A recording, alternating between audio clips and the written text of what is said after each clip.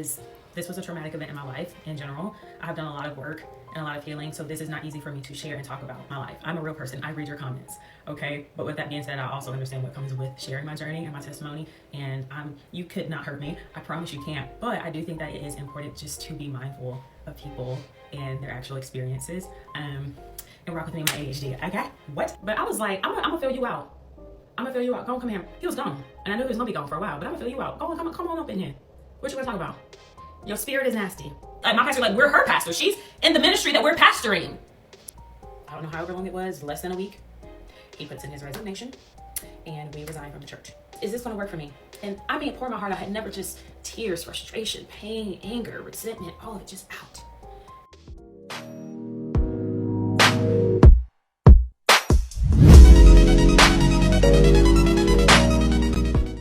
Hey friends, welcome to another loving story time. I have a very special video for you guys today. While scrolling down my timeline, I saw this 10-part story time of why this young lady, her name is a Diamond, she is no longer a pastor's wife. So this video is for entertainment purposes only, and maybe we can learn a thing or two. So let's get into this video and we can discuss it together.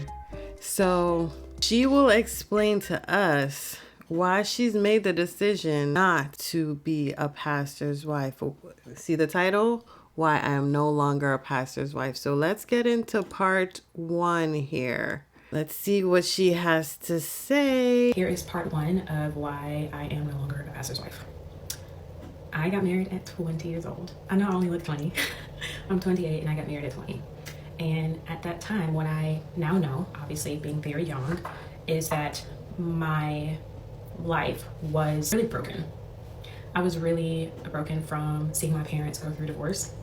I was really broken, which was like a 6.5-year process. I think my mom told me when I was in the 6th grade that she and my dad were going to be divorcing, and they did not finally divorce until I was in the 11th grade.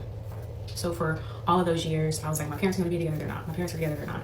Within that span of time, I also witnessed 3 very close family members pass away, my great-grandmother and my uncle, all within the span of 1.5 years. And I remember also leaving my childhood home, not getting to say goodbye to my childhood home, and a culmination of things. And so my mindset getting married so early was, I want a family. I want to create what I no longer have. And I would say that I also had the most amazing mom in the sense that she is such a nurturing soul. She was a stay-at-home mom, and I was like, I want to be like her. And I remember after I graduated high school, I'm making this because it's only 3 years until I met my former spouse. I graduated high school and I wanted to go to performing arts school. And there were a lot of things that prohibited that from happening. I think there was a lot of fear. And I also think that one of the biggest factors was the relationship that I had with my mom at the time. I really allowed her influence in my life to deter me from going that direction to the school that I really wanted to go to. And I just was in a very shaky place in my relationship with God. I've known God my whole entire life. People will joke and say, oh, I bet you were so fun before you were a Christian. I've never not identified as a Christian. I've always known Jesus. I got baptized at 7, 8 years old, and I love him, first and foremost. I love him. That's my dog. I would not be here without him. And I think the decision not to go to performing arts school left me very lost and confused. The one thing that I started to realize that I loved a lot was ministry. And I had this mindset, deciding not to go to performing arts school, that if I was not going to go, I had this mindset that, I'm going to sing for God. I don't want to sing for the world. I want to sing for God. And so that then put me in this space in ministry where I was very fascinated with how the church worked. And I went to a performing arts elementary school, literally kindergarten through 5th grade. So I've always had a natural desire for the platform. In any other sense outside of the fact that I feel very alive on stage, I feel like being on a platform is a skill and a gift that God has given me in the world and in the church. And I was just at this place where how do these sectors how do they come together?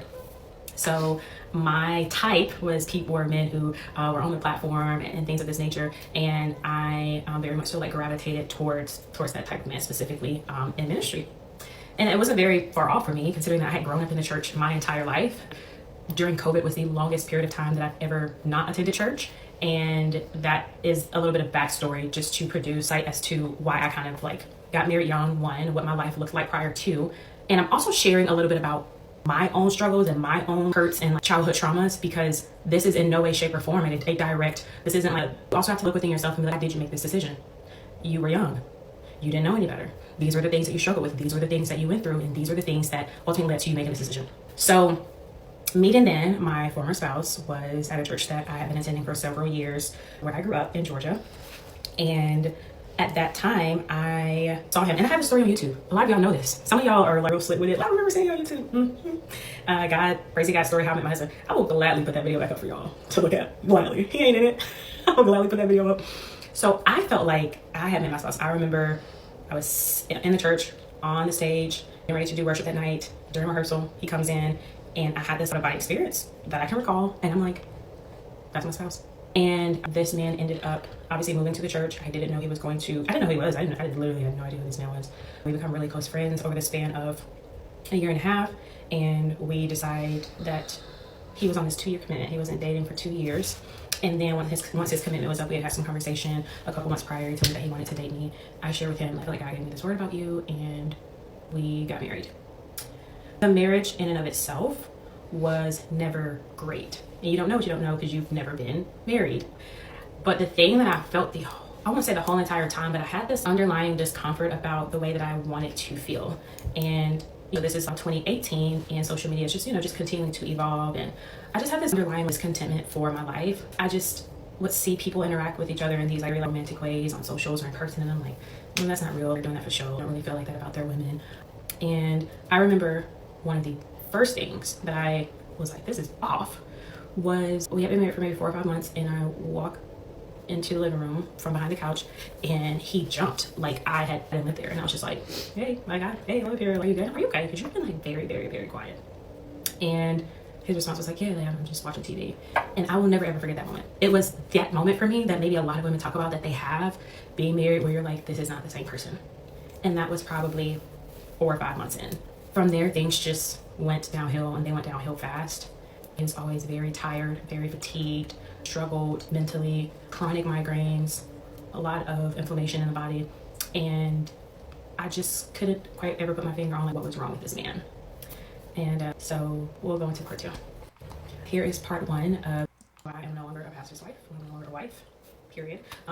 I will say that my mom was the one who was like, I don't know. I don't think I like the way that I don't hear him talk about you and your dreams and your ambitions and your goals enough. When I ask him what his plans are and what he sees when he sees himself with you, he often talks about himself. Okay? Which is an issue that I think is very forward with a lot of ministers and pastors.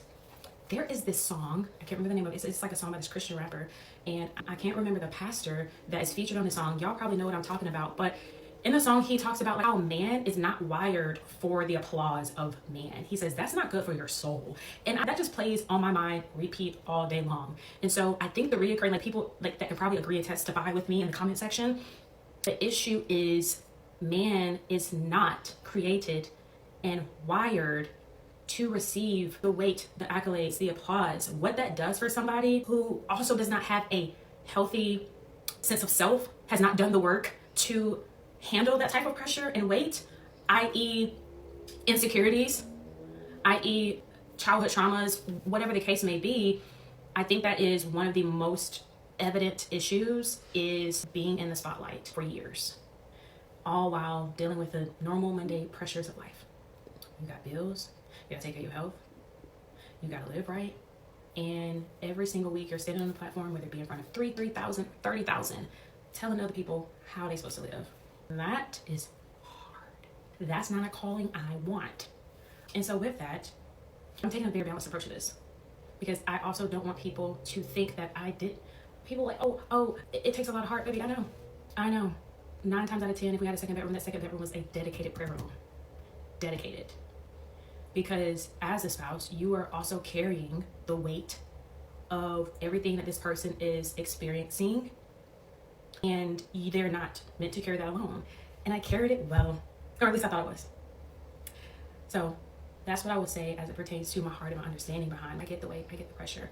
And I think the reason why so many, it's like, what are these pastors doing? It's not like, what are they doing? It's more so like, what are they not doing? What is the work that they haven't done? What is the therapy they haven't done? What are the issues they have failed to refuse? Because if I can really go into details, my heart aches for that man very often, because I'm like, you did not have the skills. Nobody equipped you to deal with your stuff. And then you got on the platform in front of people week after week after week, and try to tell them what to do and how to live their lives when inside, like, you are a little boy. You still have wounds for how for how your parents treated you, and you carry that every single week. But the issue is not the problem. It's like, have you done the work to deal with it? And instead of dealing with it, the platform becomes a band-aid. Everybody else thinks I'm doing really good, and then you actually start convincing yourself that you're doing really good, and you're not. And that weight will probably make one a little bit crazy. Psychotic, might add. And where I saw this manifest in my own life was, this is year like 5.5. Was this year 5? 6, can't remember. Dude hits me up one day. Hey, I ain't doing so hot. I'm gonna go ahead and check myself in. As a text message. And this is the beginning of the end. This is the beginning of the end. Because first off, I'm sitting here at lunch with another pastor, female, of course, that can sound crazy. And I'm like, how am I getting a text message from my spouse telling me I need to seek professional help? Which therapy, I guess, really only works if you're honest. I was never in any of the sessions. I was never invited. I never knew anything about therapy because that was just a room that I was not ever invited into. I tried, I testified, and I couldn't get to him on that level. So I remember getting a text message and it felt like my world was like literally like collapsing. I'm like, I don't understand how we got here, but let's figure it out. Let's fix it. Let's put it on the pastor's white face. Let's fix it. Let's figure it out. So head to the hospital. I have one of the ladies on staff at the church who was literally pastoral care trail me to the hospital. We get there and it was 2.5 hours before I could see him. I was an absolute mess. And they make you wait because they have these certain hours that you can visit. And I finally go into the room and it's like, hey, what's going on? Like, how we doing? What's up? And what he tells me is, Holy Spirit told me it's either, the ministry or your wife. And at the time we were young adult pastors at a church. So let me just also clarify, this man was never a bishop. He never was a pastor of a whole entire church. He only oversaw ministries of churches over the span of 6 years. And I was like, okay, have been struggling with his mental health. I shared previously, and that was hard for me. It was hard for me because I did not have a lot of context for what that was. His mental health at the time was not something I had experienced, but we have since. And so my heart just really broke for him. And I was like, what do we do? And we're gonna go ahead and go to part 3. Where are we in this story already? All right, there's a lot to unpack. She went over a lot in part 1 and part 2 as far as the whole background. So we have more background than actual story right now. And there's a lot to touch on the background. I don't know if I want to get into it right now because I don't want to delay the story too much because there's actually 8 more parts to get through. But some highlights that I wanted to bring out is that she identified that it was a problem starting the marriage with the trauma that she dealt with. And I think that's important for us to identify our traumas and work on ourselves before we get into a relationship. But I'm not going to hold up the story much longer. Here we go. A pastor's wife. To be in a hospital with your spouse because they're not doing mentally well, it's not a good feeling. Like I said, the pastor who is on staff, pastoral care, is there. And then I remember her saying, you want to reach out to, you want to call him and let him know what's going on. So one of the things that when it comes to mental health is it's tricky, especially in your ministry, because people don't realize how ministry works. And we can talk about this. I would love to actually talk about this conversation. Should ministers get paid? Why they get paid? How does the church run? And all these things. Like, we can have that conversation. First thing that She just went over a lot. By the way, have any of y'all been married to a pastor? Comment below, or if you are a pastor and can identify with any of the things that she brought up with mental health, dealing with any kind of mental health struggles, given any of your story time in the comments below, or any insight on this kind of relationship and how you have dealt with it. All right, let's continue on here. First thing that pops in his head and my head is like, if we tell them that you're struggling with your mental health, are you going to lose your job? And if you lose your job, what are you going to do? We had just purchased a house the year before. And, there's just, like I said, you're a pastor, but you also just have mundane, worries of life to deal with. And I'm like, hey, Pastor so-and-so thinks we should let Pastor know what's going on. What do you think? He finally says yes. Remember, I get into the room and I'm like, what's going on? And we talk and he says, 50% of my anxiety has stemmed from insert girl's name who worked at and attended the church. Specifically, was in the ministry that we were pastoring. And my heart sank into my ass. Because I already knew to a degree. As a wife, I'm like, what is something you have this thing with this person that you don't have with anybody else? And I'm gonna be very, very mindful right now in this moment to try to protect this girl. And I don't know why I'm doing it because it's gonna be very evident to some who this person was, and I don't know why I'm doing this. But I am going to say right now, I forgive her. I forgive you.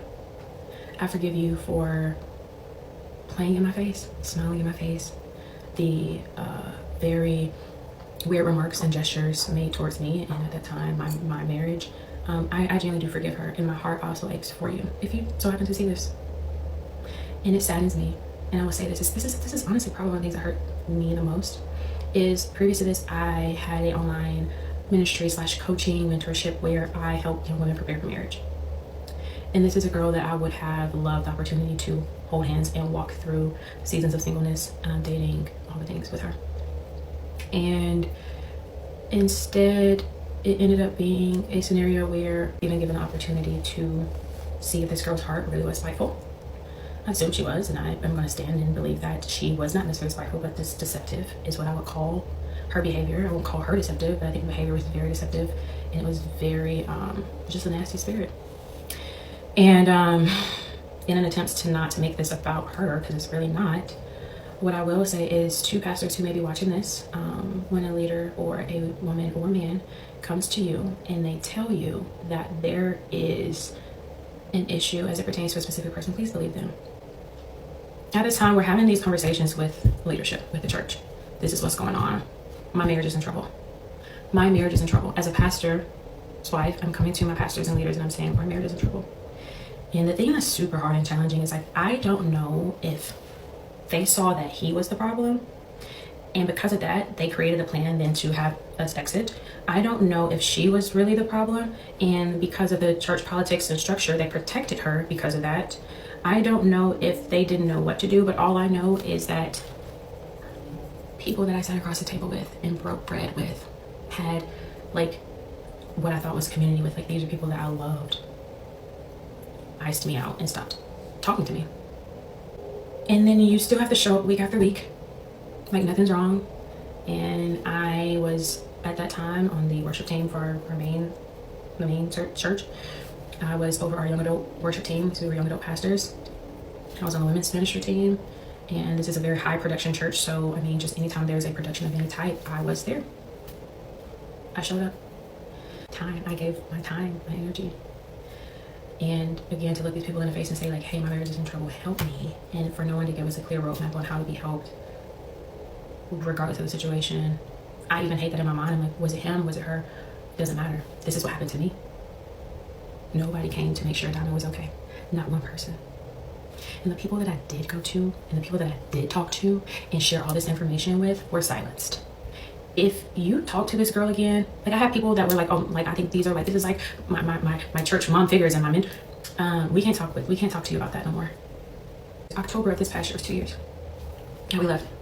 And that's why I've taken my time in sharing this, because it's a lot. So I'm gonna pause. This is getting heavy. And pause, because I feel like she is kind of telling the story, giving us hints here and there, and we can't really get a grasp of what is actually going on here. But it seems like it's gonna get interesting. There's somebody she's forgiving for what we don't know 100%, but we know that there is church politics. Even as a churchgoer, I never really served in ministry or had anyone who served in ministry in my family or as a friend per se. I had acquaintances that spoke about it, but not necessarily friends. And I just don't understand the whole church politics thing, because isn't the church supposed to be a safe space, a safe place to discuss what's going on and to resolve in love, not icing people out like she's talking about, or telling people not to talk to her because she's confessing sins, confessing what's going on in her marriage. It's just very interesting. So let us move on to part 4 now. So here we have part 4, and I feel like now we're going to get into the meat of things. We were just having milk. We were just on milk. Now we're going to get into the meat of what's going on in this story time. This is part 4 of why I am no longer a pastor's wife. I will just say very briefly, this was a traumatic event in my life in general. I've done a lot of work and a lot of healing. So this is not easy for me to share and talk about my life. I'm a real person. I read your comments. Okay. But with that being said, I also understand what comes with sharing my journey and my testimony. And you could not hurt me. I promise you can't. But I do think that it is important just to be mindful of people and their actual experiences. And rock with me, my ADHD. Okay. What actually happened and transpired during the time that we were having these conversations? So I remember the first conversation that I had was with my former spouse. And we were at an event of which the girl was also attending. And there was this very, very weird interaction that I saw them have. He was down on the platform doing this like performance for some kids at an event we were, ministering to. And she was sitting right down below me on this like stadium like seating. And what happened was there was another young man at that event who was having a very like emotional response to something that was happening within the setting. And the girl, i.e. the girl who my former spouse had somewhat of an emotional affair with, I don't know, starts to like rub his back. And I'm sitting here like, why is she doing this right now? And what I saw was the way that she looked at my ex-husband and my ex-husband was looking at her. And I was like, I feel like she's trying to make him jealous right now. Like, this is so odd. Like, I know this now. Back then, I just didn't know. We ended up having a conversation about it, me and my former spouse. He really was the one who approached me, and he was like, hey, like, what was that whole interaction? Because later on, the young man then came to me and said, hey, I'm now starting to have feelings for her. I would too. Like, she just got done caressing your back for 2.5 minutes. It was inappropriate. You don't do that. So former husband then asked me, like, what was that interaction? I'm like, I don't know. And he says to me, well, I feel like she does the same thing to me. We're just going to call her Betsy. We're just going to call her Betsy, just to help you guys in the storytelling process. I feel like Betsy does the same thing to me. Well, I'm like, well, what do you mean? Like, she be rubbing your back? Like, what do you mean? Like, what do you mean she does the same thing to you? He says, like, she just like gets in my head. I'm like, like, what do you mean gets in your head? I'm like, okay, well, is there anything else like I need to be made aware of? Well, she stops by my desk unannounced, and, she over compliments me. Like, she, when service is getting ready to end, she'll come to me, she'll say bye, and then she'll leave, and then she'll come back and she'll say bye to me again. And I'm like, oh, okay. So I'm hearing what he's saying, but I'm really, really hearing what he's saying. You know what I'm saying?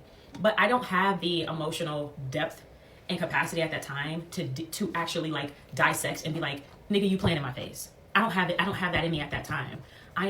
We're in full-blown summer ministry, camp, this, that, events here and there. My life is immersed, okay? Not only that, you are struggling with your mental health so much so that you are very disengaged at home. I'm doing everything. I'm carrying the marriage on my back. I'm not worried about this girl. So, or at least I did not think I needed to be, okay?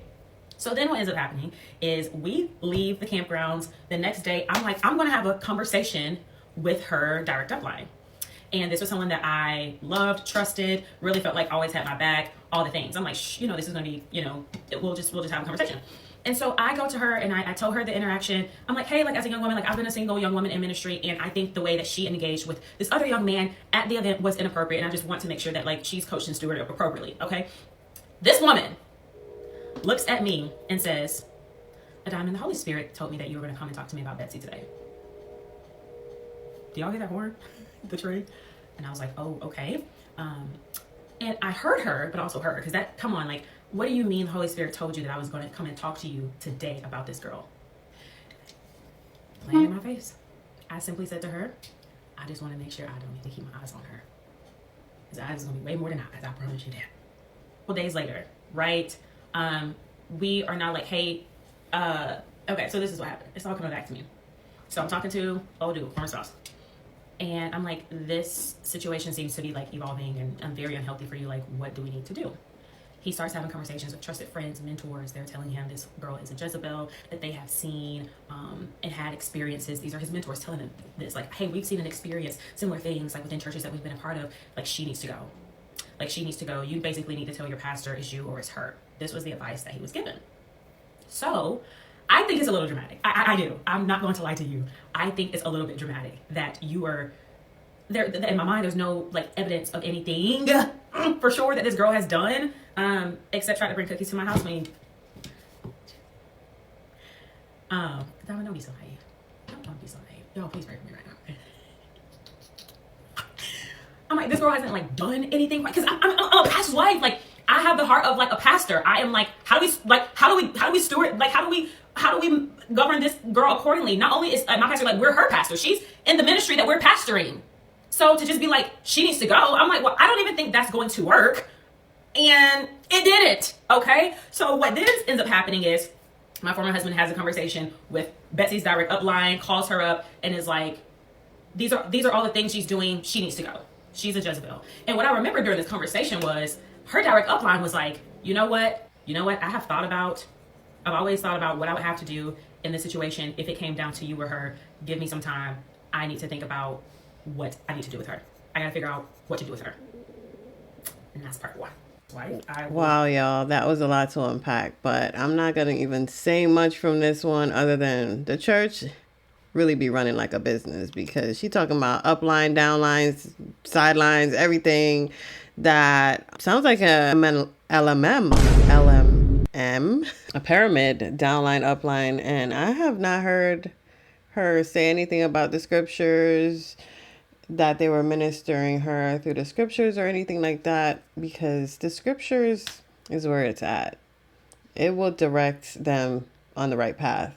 But I don't know how much their church was actually in the scriptures. Seemed very performance based, where there's a lot of church that's like they put on a show and there's not much else to it. Let's get into part 5. Having a conversation with pastors and mentors, they're like, she needs. I don't know, and all I know is what I was told.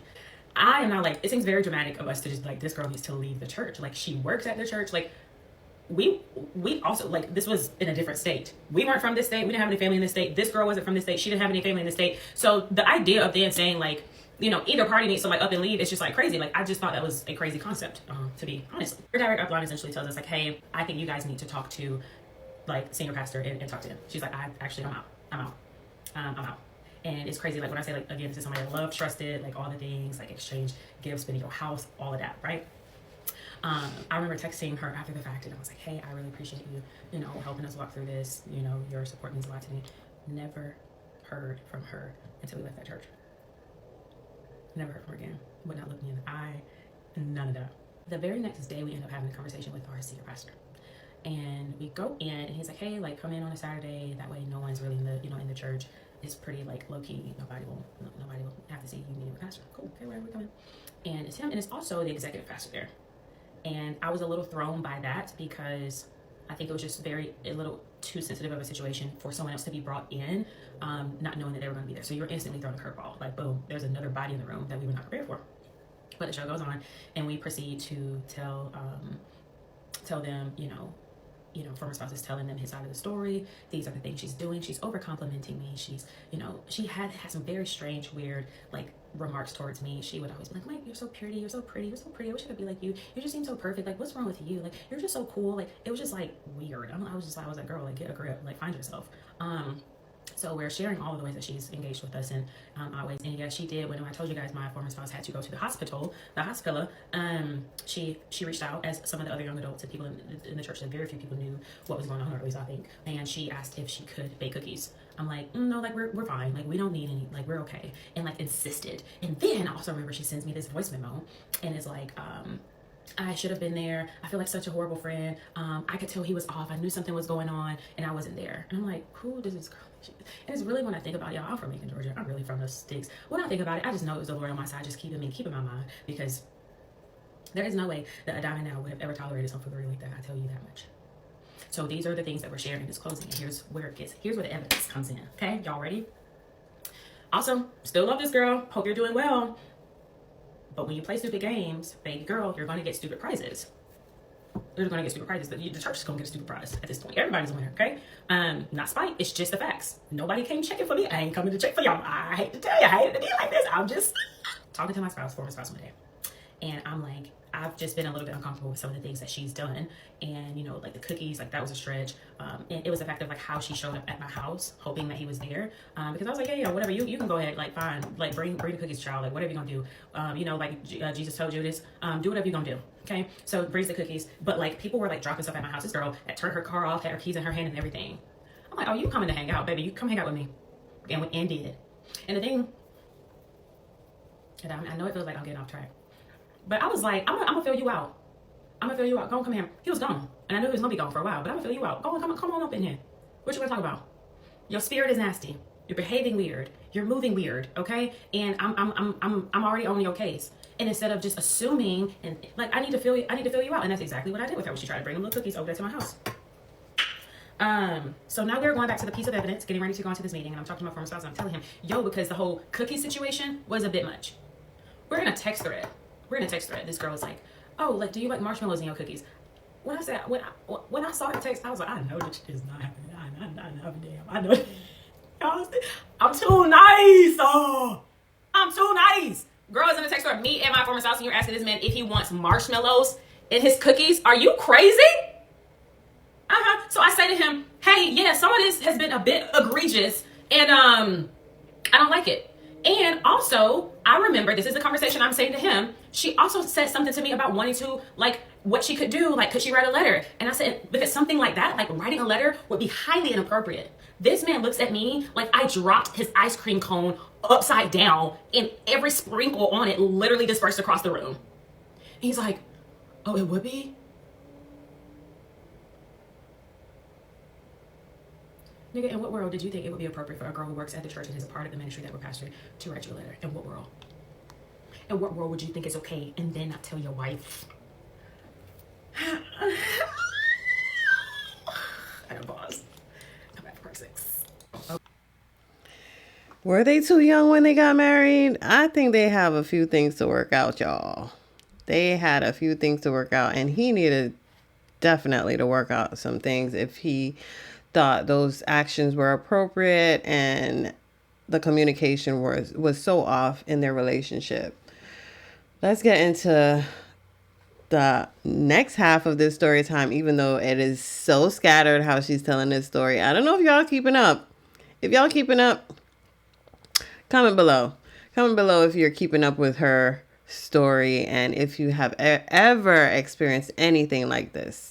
All right, y'all, I'm back with part 6. Let's get into it. Part 6. At this time, I am now reading the letter a young woman has wrote my former spouse that has been in his possession for all of 2.5 weeks. It's just in your backpack, nigga. It's 2 loose leaf sheets of paper. 2. It's in a card. And there's 2 pieces of paper. It's tri-folded. One says prayer. Y'all know how us women is. Be real. My heart is getting... Women are real. Women are really we're very we pay attention to detail. Y'all remember how y'all felt writing little letters in elementary school and whatnot? I guess that's how she felt. One says prayer, one says letter. And the first one starts out by saying, hey, inserts former spouse's name. I hope this isn't weird. Girl, what? What do you mean I hope this isn't weird? It's weird. What was in the letter was, all of this encouragement and like, you remember the dream I told you I had about the throne room and the this and the that? It wasn't anything like fantasy, okay? But the fact remains is this girl took it upon her free time to write, probably on the church's time, to write 2 full pages of love letters to my former spouse. And I'm like, you've had this how long? How did you get this? What was the interaction? Like, please explain the situation to me. So letter, let's talk pastor. We go in there, executive pastor's there, senior pastor's there. I'm like, okay, this is not fun. Anxiety is bad. And we are telling him, again, all the things that she's doing, blah, blah. And here's this letter. And I come in there like, based upon my analysis, this girl has been behaving very deceptively. And these are all the things, and I've done my research, and I'm in there with my 5 points, like boom, boom, boom, boom, boom. The energy in the room was like they'd been prepped, and it felt like this was transitioning out of this being a relational pastoral support. I'm really just trying to like be there, but in the back of my mind, I'm like, you're so stupid, and you're so weak-minded, and you are letting this girl, you're letting all of this happen for what? Like, stand up, nigga. Stand up is really how I felt. I feel like I'm in there, I felt like I'm in a PTO meeting and you're the child is really how I felt. And we leave that meeting. They tell us, I remember Pastor reads the letter and he's just like, if you start a letter with, I hope this isn't weird, then it's weird. And he's like, we're going to reprimand her. I'm going to bring the hammer down. Like, you don't behave like this. Like, you don't act like this. This is highly inappropriate and there are going to be consequences for how she's behaving. Looks me in my eyes. Name, my name, his name. Do not worry. I'm going to handle this. When I say this is somebody that I just really look up to, trusted, and still do, to a degree, because I'm like, this poor man, he probably know what to do. Child, I didn't know what to do, if we're being so honest. But I'm the sheep. I'm the sheep. You're the shepherd. I've never been here before. I've never been in this scenario. And you're telling me what you're going to do, so I believe you that you're going to handle the situation. Okay? We leave the meeting. I feel confident-ish. And whatever leadership has decided, a couple days later, I am at the church, was waiting in his office. Like, he wasn't in his office, and she was like waiting in his office. It was something like silly, and it just like, it completely like flustered him, and he was just like this has to get handled, and we need to talk to pastor. This is becoming a lot. I just have one thing to say about this part. The Lord is the shepherd, not the pastor. That's where I think her disappointment really lies. Let us get into part 7 now. I'm living in a house that does not feel like my home. I am multiple states away from my family and have been now for years. And every single day that I wake up, I am trying to figure out what version of a person am I going to get. Am I going to get a happy version? Am I going to get a disassociated version? Am I going to get a depressed version? The following week, this executive pastor, initiates a meeting with my former spouse. So he tells me, hey, Pastor so-and-so is going to take me to lunch. I'm like, okay, cool. Am I invited? Remember, I looked at these people and I was like, my marriage is in trouble, and they said it's going to help me. So am I invited? Do I get to be a part of it? And I asked him, and he was like, no, just me. Like, I know, this is not good. So I'm like, okay, cool. Call me when the meeting's over and let me know how it goes. He calls me after the fact. He says, hey, they have decided that she's no longer going to be allowed to come to our young adult services, and she is not going to be able to go on the mission trip here coming up in the next month. And I'm like, that's it? Here I am again, like, I'm on your side. Like, even though I think you are a complete goofball, Jamal. You're a disaster at this point, but I'm rocking with you. You're my spouse. My recollection was, I'm going to bring the hammer down. This isn't appropriate. She can't behave like this. There are consequences for behaving in this manner. And that's what I'm waiting on. Where's the hammer? Because it just felt like a no. And so I'm like, well, who's going to talk to her? Because Pastor said he was going to talk to her. So is he going to talk to her? What's happening? Actually, I don't like this. I said, no, this is stupid. No, no, I'm coming up to the church. Yeah, I'm coming to the church. Yeah, figure out how to make a pastor, because I need to talk to him. Yeah. So now we gotta pull our big girl pants on and make our way. And that's what I do. I go up to the church, and I'm very mindful. I'm very considerate. I heard this crazy story about how I went up there and beat on the pastor's door and said, I need to speak to pastor now. Y'all, this is a multicultural, multi-generational church, but the leadership is a Caucasian man. Y'all really think I'm gonna let them think I'm the angry black woman? Go beat on the door? Are you crazy? Do you know what they would? Come on now. Calm, cool, and collected. I go up there, and I'm so proud of myself for how I navigated this whole situation. And that's why I don't have a single problem telling it how it is now. Because, baby, you don't have not one bad thing to say about me. Not one. I promise you don't. I promise you don't. Not one bad thing to say about me. I'm not saying I'm perfect, but my character, my integrity. If I've ever made a mistake, if I've ever offended somebody, I've apologized, I've taken accountability. But who I am, the way that I've navigated those uncharted territory waters, people don't understand the heart it takes to be a pastor's wife and the assignment, blah, blah, blah. I beg your pardon. Shut up. You don't know nothing. All loud. I go up there calm, cool, and collected. Because what? And I'm like, Pastor so-and-so, this is the executive, okay? Now, we came up here a few days ago with senior pastor, and he told me that he was going to be the one to navigate this whole situation. So first off, why am I talking to you? But not only that, why did you take solely old boy to lunch and you didn't, and I wasn't invited? Can you help me understand that? Not only that, but who is talking to old girl? Well, you know, we've decided to let her direct upline handle her, because that is her ministry that she oversees with her, and you know, that's essentially why we have these leaders in place. Pastor does not need to touch it, so we have just decided that we're going to allow her direct upline to handle it. Oh, you mean the lady who I thought was my friend, and the person who's no longer talking to me, the person who can't look me in the eye, who can't respond to my text, she's talking to her? Got it. Okay, so that Pastor so-and-so, your name. I said, no disrespect to you. I said, I appreciate you, but this is just not what I was told. I said, now, if this is what I was told from the beginning, then so be it. I have no issue, you know, submitting to authority, being honorable in this way, but this is just not what I was told. So I, unfortunately, do need to talk to our senior pastor, and I need to talk to him now. So we did.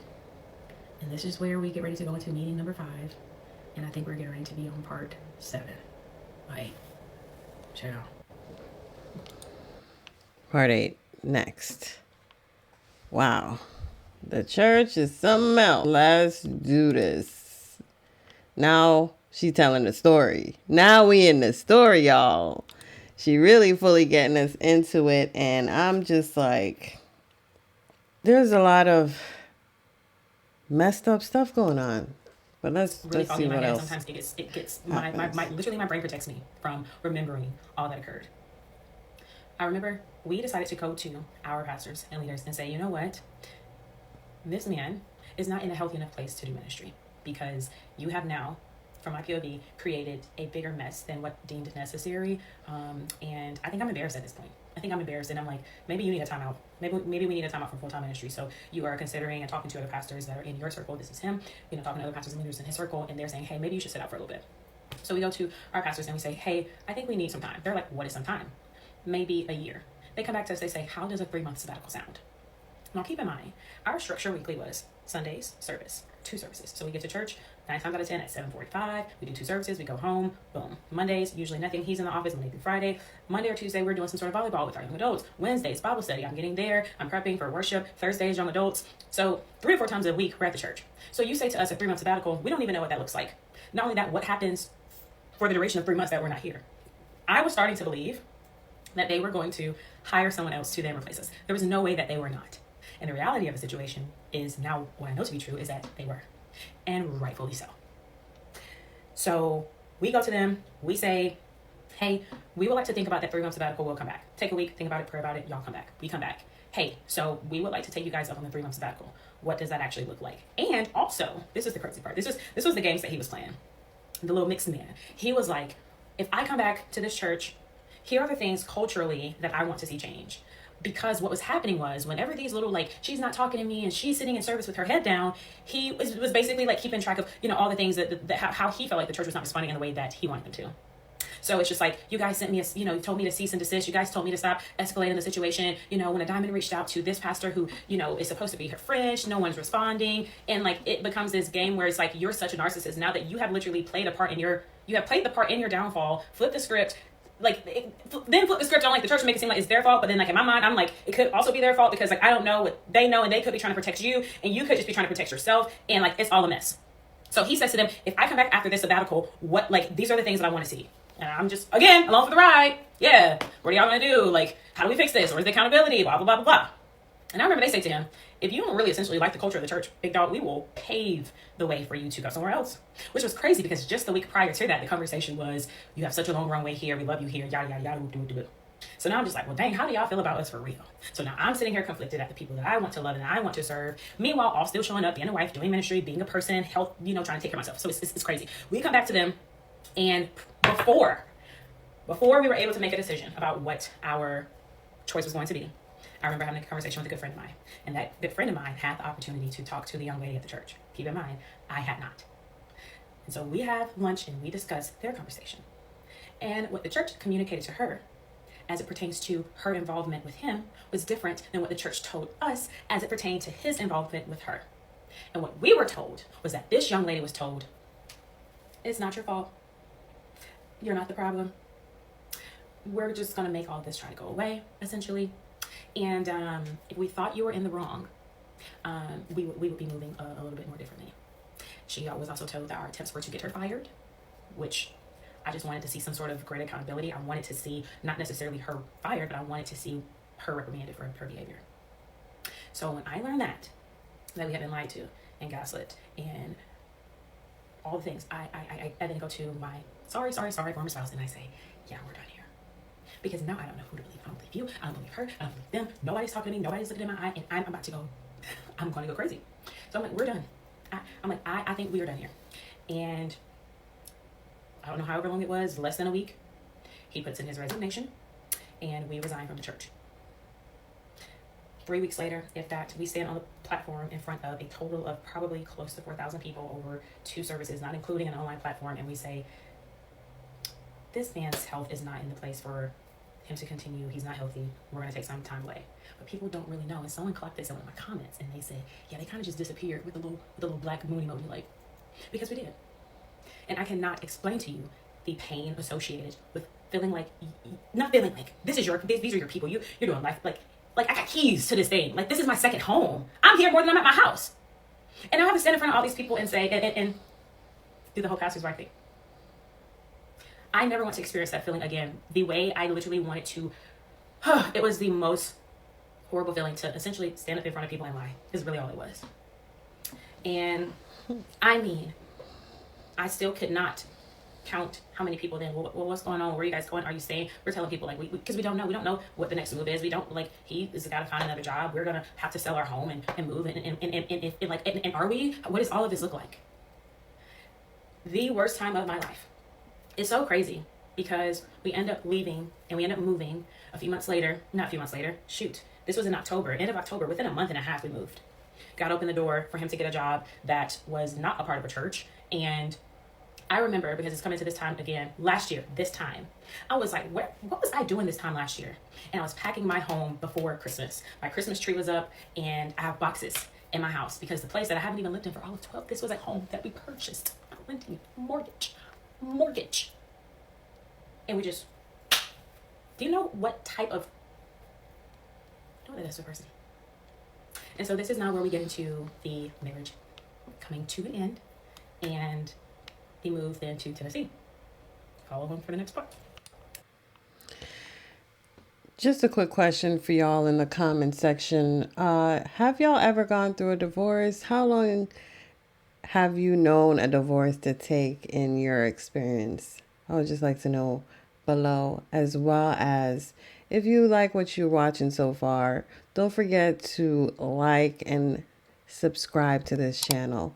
That will mean so much to me if you join the family. All right, let us get into part 9. We only have 2 more parts to go, guys. This is part 9 of why I'm no longer pastor's wife. So we have left the church that we were formerly on staff for 3 years, and we moved to Franklin, Tennessee. Now, I don't know how much y'all know about Franklin, but Franklin is this very cute, suburban, outskirt, very caucastic city. And I had no business being there. I'm just speaking for myself. I did not feel like home at all, but it did feel like a little bit of a haven for a season. And during that time, I actually had been pursuing worship music and worship ministry and all these things. And so I ended up going to a very well-known church out there. I ended up going back to school out there for a very, very brief stint. And I thoroughly loved and enjoyed that community. And God really, really, really healed my heart during that time because I was away from the chaos that had been the previous, 2.5 years of my life dealing with, 3 years on staff, 3 years at other churches. I'm no longer in full-time ministry. I am not, don't call me. I can't go to coffee. I'm unavailable because I'm no longer a pastor's wife. I'm not, hat has come off. So I am feeling like, okay, excitement because now this man and I are going to be able to work on our marriage and we can focus on one another and we can rebuild and we can grow. We have this beautiful apartment and we're going to figure it out and life is slow. Like pacing is good. Everything is going to be fine, or at least so I hoped. I had never seen a more disassociated, non-engaged, emotionally unavailable human in my life. It got to the point where I remember one of the little things that he did enjoy was sitting on the couch watching TV together. And by the time that we got there, I just made up in my mind, I'm not going to continue to build this habit where I go to work or I go to school and I come home and I sit on the couch for 4 or 5 hours. I can't do it. I'm not interested. I'm out. Like, I'm just not doing it. And so I remember like even that little like thing of like, I don't even like, I'm not even interested in like, I don't know how to spend time with you because like, this is not something that I like or I want to do, or like, I have to make better use of my time, better use of my life. And I remember there was this one day, we moved in December of 2023. We're now in 2024 and it's early April, May, probably early April. And I have the worst, like I have just like anxiety, like I just don't feel good. My heart feels tight and heavy. And I just do not feel well. And I'm like, I hate this feeling. And I remember thinking to myself, I don't think I'm supposed to feel like this. I'm not happy. I'm not happy. I had never said to him and looked at him and said, I am not happy. But I told that man that night, sitting on the floor, I am not happy. I am not supposed to feel like this as a wife. You haven't, like, and I don't want people to take this and run with it. But that man didn't take me on trips and spoil me, and we didn't have nice dinners, and he didn't surprise me with like things. Everything that I owned by the time that I got ready to leave that marriage fit within a Jeep Compass. My personal belongings. I ain't talking about TVs and furniture and all these other things. My personal belongings, after almost 7 years of marriage, 6.5 to be dang near exact, fit within a small compact SUV. So that just kind of gives you, again, I'm not materialistic. However, it was always very interesting within the marriage that when we moved, like it was just like, I was constantly like reading of things. I didn't really there weren't meaningful like photos hung up, and like the marriage was just always so bland and so dry that like my then like possessions or lack thereof became a reflection of what the actual marriage looked like. And I just could not figure out how did that happen? Like, how did we get here? So that night I am crying on the floor. I am pouring my heart out every which way. We have moved, like our finances are now like in question. We had just purchased a home and now that's gone, and we just keep having to start over and over and over. And I want to build, and it feels like my life is going backwards instead of forward. And you might be the problem, is what I'm thinking to myself. You might be the problem. I'm saying all these things. So I'm like, you might be the problem. Because now I'm considering, like, I'm having to like take a moment and say, is this, you know, is this going to work for me? And I mean, pour my heart out. I had never just tears, frustration, pain, anger, resentment, all of it just out. I had suggested counseling on multiple counts. So we can't afford counseling. Oh, okay. Well, what else can we do? Can we be intentional with date nights? Like I would have taken anything. And instead, this man looks at me in my eyes. I swear on every single thing that I love. And he says, I just want to preach again. Okay. All right. Got it. So F anything that I just said, because it seems to have literally gone over your head, over the river, and through the woods.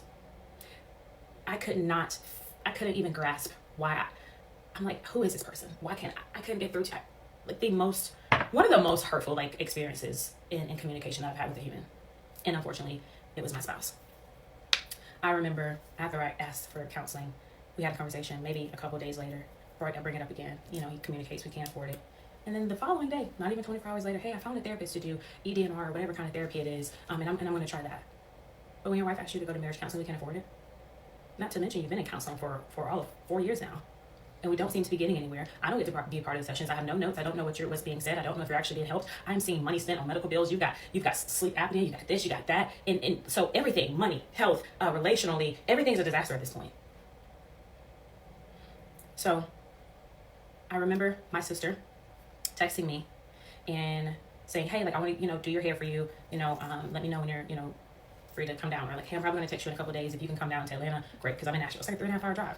Also, this is the closest I have lived to my family in 6 years. In 6 years of marriage, every time I wanted to go see my family, I had to get on the plane and go see them. So I'm like, okay, great. Like maybe I can like decompress and like figure out everything, and I'm going to go and spend some time with my family, and it's going to be great. And I do. And I will never forget getting in the car, driving, thinking to myself, I'm not sad that I'm leaving. And any other time that I would leave and go see my family or friends and fly or drive, I would be like, I'm going to miss my husband. And this time I didn't feel sad. And then I also thought, I'm not excited to go back. Not even probably 5 miles down the road. So I get home and I'm having, conversations with my family. And, the most enlightening was a conversation between my sister and I. And we're discussing, things like, in her relationship and like relationship with friends. And I'm like, Daz, I don't think I'm supposed to feel like this. I shouldn't be having these type issues at this stage. Something's off. Something's very, very off. And I think that there's more that I don't know than what I do know. And I don't know what to do. So now I start game planning, like what conversations need to be had. And for the first time, I'm like, my marriage might come to an end. For the first time, I'm thinking to myself, I may have to be the person to say, I don't know if this is going to work. Never, ever, ever on any account had I ever thought it, that I would be the one to say, I don't think this is going to work. So go ahead and follow for the next part. I'm going to try. All right, y'all, we're going to go straight into part 10. Let's get into it. Let's do this. Finish it off strong. That's all the things. This is why I am no longer a pastor's wife, part 10. This is the last and final part of this series, and I want to say thank you guys for coming along this journey. And I know that it has been quite the ride. Lots of videos, lots in the comments, and we are going to go ahead and wrap this up with the decision to then divorce my former spouse. At the very end of our marriage, I recall, God, okay, just get through it. After 6 years of marriage, my former spouse confessed to me that he had a pornography addiction for the entire duration of our marriage. And without trying to embarrass this individual or shame him in any way, shape, or form, I know that this is something that a lot of men and women struggle with. However, the hypocrisy that I felt at that time, considering his position in leadership and as a pastor, was something that I couldn't sort through it. And I was so disappointed and I was so hurt. This fact alone explained to me so much of the reason why this man was not available to me emotionally, physically, spiritually. Someone asked me in the comments, did y'all pray together? How? I remember asking, can you cover me? Can you pray for me? Like, let's pray together. Let's have these intentional moments. And we couldn't. And I should have known. And I think in my spirit, I knew for a long time, like, something is not on, like something's not right as it pertains to his sexuality and how he engages with me, because not to be But why you should be hopping down on this every night. We're adults here, correct? Okay, thank you. And by the time I don't even know that you like me, like I'm always changing my hair. I'm like, do I look nice? Do you think I'm cute? Like I'm fishing for compliments. So at that point, when he confessed that to me, I was like, okay. I recall then. Let me give y'all the visual of the exit. I remember I go to his job because I'm thinking we're gonna go to dinner and we're gonna talk. He ends up sharing this confession with me at his job in the parking lot. Previous to this, I remember I was at home. This was right after I got back from Georgia. So I told you I went to Georgia, came back, trying to sort through some things mentally. And I'm home and I don't feel safe in my space. Like, I'm like, something is off. I'm going to find some piece of evidence.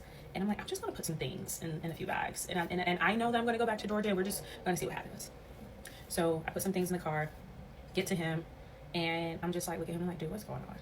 That is when he confesses that to me in that moment. And we talked for like 2 hours. We talked, crying. And I remember just being like, I feel betrayed. Like, I don't know what to do. And I remember looking at him. I'm like, I think I need to take some time because I'm hurt. And I know that if I try to stay here and work through my hurt with you, I'm going to hurt you. Like, not physically, emotionally. Like, I'm going to hurt you. Like, it's going to be more painful for me to be here than for me to leave. And so I'm like, well, what do you think would be like a, healthy amount of time to, do what we need to do? And this man looks at me. He tells me he needs 2 weeks. He needs 2 weeks. I literally at that point was so emotionally defeated that I was just like, 2 weeks it is. It just escalates from there. I remember that night I was going to stay home. That night I was going to drive to Georgia, drive back. So keep in mind, I just drove that day. I was going to drive back, and we get ready to like say our goodbyes. Okay, cool, we'll see you in 2 weeks, whatever. And something in my head was just like, a diamond, sleep on it. Now keep in mind, like I wasn't like leaving forever at this point. I just knew like it was going to be some time, whether 2 weeks or whatever. And so I'm like, okay, I'm just going to stay home. It's dark, it's cold. I got to drive through the mountains. I'm just going to like stay the night at the house. I pull up to the house. I'm on the phone with a girlfriend of mine. We're trying to come up with a plan. Like, hey, do I need to come get you? Blah, blah. I'm like, I'm fine. I'm going to stay here the night. I'm going to be fine. Like, I don't feel like he's going to hurt me or anything crazy like that. I'm fine. He walks up to the car and he's like, hey, are you staying? I said, well, if that's okay with you, yeah, I'm going to stay the night. Oh, okay. Well, I'm going to go for a walk. So your wife literally gets ready to leave you for 2 weeks, but you came up with that timeline. And then you say to me, I'm going to go for a walk. The next morning, that man wakes me up. He wakes me up. Hey, I couldn't sleep. Sir, are you a nigga? Is you cool? Like, what? Like, what is your deal? Point blank period, that man wanted me out of his face. And had wanted me gone for a long time. And I was trying to talk to him and confront him, talk to him about pornography, talk to him about all the things that had been going on, and that man gave me nothing. And he looks at me, and he says to me, Diamond, scripture says, husbands, love your wives as Christ loves the church. Diamond, it was God's job to love the church, and it was my job to love you. I did not do my job well, and if you need to leave, I understand. So I put my little backpack on. I said, lace up your boots. Put on your backpack. It's time to... I'm like, I'm not going to let you tell me to leave again. Like, I'm just going to go at this point. I'm not going to wait for you to tell me again. I got it. Get in the car. At this point, like, I don't even know what I'm thinking. I'm thinking, okay, cool. I guess I'll still see you in 2 weeks. It just goes downhill from there. I very quickly start coming up with a plan because I'm like, I don't know who I'm dealing with. I remember asking him, we have a shared bank account at this time. Oh, there's so many side videos to make from this. Long story short, he removes money from our bank accounts. Tells me that he's going to send me a certain amount of money at a certain amount of time to continue to support me. I was like, you know what, dude? I'm about to file these papers. You ain't got to worry about me. This is all you got to take care of. Take care of the vehicle that I'm driving that's currently in your name, and that's it. He comes back to me 2 weeks. 2 weeks later, I don't want a divorce. I don't care. You're getting it. Well, I don't want to get a divorce. Well, I'm going to serve you. So now we're a whole year later. January of this year, not a whole year, so that was like last year, 2020. That was 2020. I can't remember. So anyway, it's not until January of this year that once he realized that, like, he's just not going to just budge out of this easily. I'm not just going to hand over, car and like this stuff to you when I've literally walked away with nothing. Do y'all know that man sent me $500 on one time, and I have figured out, with the help of God, in 16 minutes. I'm just kidding. I've had some very incredible support in my life. But with the help of God, that man cannot say that thus far he brought me. That would be God. And January of this year, he hit me up and was like, if I, we had a situation with the vehicle. He was like, boom, we figured this out when you signed papers. Yes. And so April of this year, the divorce was final. And there is so much more I could say. But all I want to say is God has kept me. When I now understand the sentiment, and I should have lost my mind a long time ago. I understand the sentiment. I'm sure there are so many questions that you guys have, and there are probably so many details that I've left out. And we are going to now start answering questions that you guys have as it pertains to this video and making other videos that I think are going to be helpful for you guys on your own journeys. So if this has helped you in any way, please send me a message. I love to chat with you guys. Happy Thanksgiving. Wow, that was a interesting story time. But my biggest question is, why did it take her so long to leave? Because she waited 2 years before the relationship started, and once this relationship started, she never asked why he was on this 2-year commitment. I don't know that. Maybe that would have answered her question about his addiction earlier, as well as what his goals were in life. Just to know that his only goal was to be a pastor, and if their dreams align for the future, it just didn't seem like they were ever on the same page. Never seemed like they were really ready for this relationship. So I'm really interested to know what your thoughts are about this story time. Don't forget to leave your comments below and like this video. Share it with someone who it might help, and subscribe. I'll see you in my next one. Thanks for watching. Bye for now.